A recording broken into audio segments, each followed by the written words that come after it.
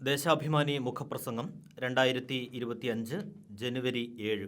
മാധ്യമങ്ങളുടെ വലതുപക്ഷ ദാസ്യം. വലതുപക്ഷ മാധ്യമങ്ങളുടെ ഇടതുപക്ഷ വിരുദ്ധത പരകോടിയിലെത്തിയെന്ന് തെളിയിക്കുന്നതാണ് സമീപകാലത്തെ വാർത്തകളോടുള്ള അവരുടെ സമീപന രീതി.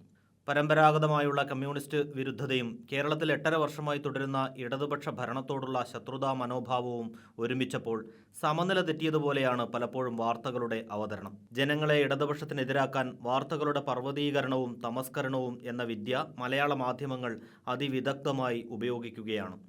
വലതുപക്ഷ നേതാക്കളുടെ അരുതായ്മകളെ വെള്ളപൂശാനും ഇടതുപക്ഷ നേതാക്കളെ പരമാവധി ഇകഴ്ത്തി കാണിക്കാനും മത്സരബുദ്ധിയോടെയാണ് വലതുപക്ഷ മാധ്യമങ്ങൾ പ്രവർത്തിക്കുന്നത്.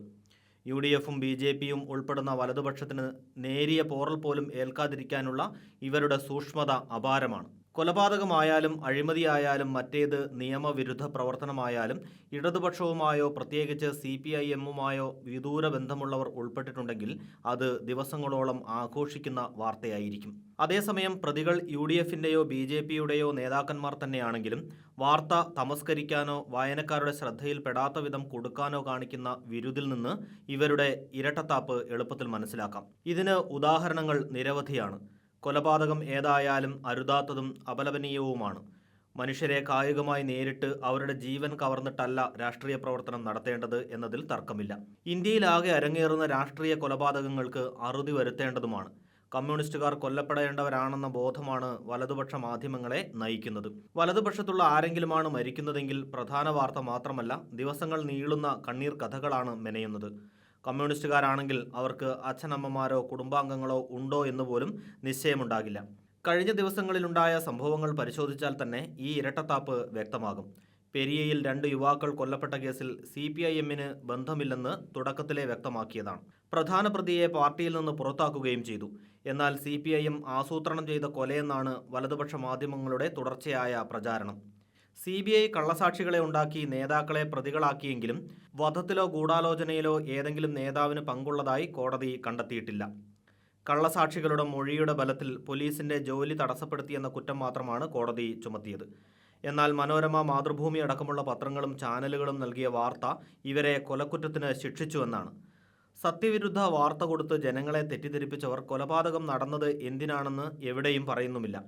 പ്രതികളിൽ ചിലരുടെ വ്യക്തിവിരോധത്തിന്റെ പ്രതികാരമായിരുന്നു അക്രമവും കൊലപാതകവുമെന്ന് പകൽ പോലെ സത്യമാണ്. മരിച്ചവർ പ്രധാന പ്രതിയെ വധിക്കാൻ ശ്രമിച്ച കേസിൽ ജയിലിൽ കിടന്നവരാണെന്നും മറ്റു നിരവധി ആക്രമണ കേസുകളിൽ പ്രതികളാണെന്നുമുള്ള സത്യം മറച്ചുവച്ചു. എന്നാൽ കുറ്റക്കാരെന്ന് വിധിച്ച ദിവസവും ശിക്ഷാവിധി പറഞ്ഞ ദിവസവും വലതുപക്ഷ മാധ്യമങ്ങളിലാകെ നിറഞ്ഞു നിന്നത് അതിൻ്റെ വാർത്തകളായിരുന്നു. തൂണേരി ഷിബിൻ വധക്കേസിൽ മുസ്ലിം ലീഗുകാരായ എല്ലാ പ്രതികളെയും ജീവപര്യന്തം ശിക്ഷിച്ചപ്പോഴും സ്തോഭജനകമായ കണ്ണീർ കഥകളൊന്നും കണ്ടില്ല.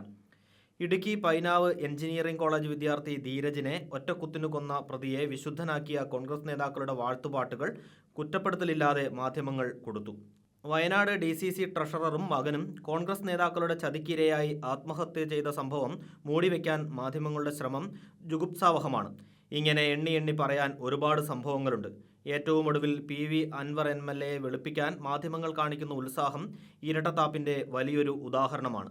ഉൾവനത്തിൽ കാട്ടാനയുടെ ആക്രമണത്തിൽ യുവാവ് മരിച്ചതിൻ്റെ പേരിൽ ഫോറസ്റ്റ് ഓഫീസ് അടിച്ചു തകർത്ത കേസിലാണ് അറസ്റ്റ്. ഓഫീസ് ആക്രമിച്ച് പൊതുമുതൽ നശിപ്പിച്ചാൽ ഏത് പാർട്ടിയിൽപ്പെട്ടവരായാലും കേസും അറസ്റ്റുമുണ്ടാകും. അതില്ലെങ്കിൽ നിയമവാഴ്ചയുടെ അന്ത്യമായിരിക്കും. എന്നാൽ അൻവറിനെ അറസ്റ്റ് ചെയ്തത് സർക്കാരിൻ്റെ പ്രതികാര നടപടിയാണെന്ന നിലയിലാണ് വാർത്തകൾ.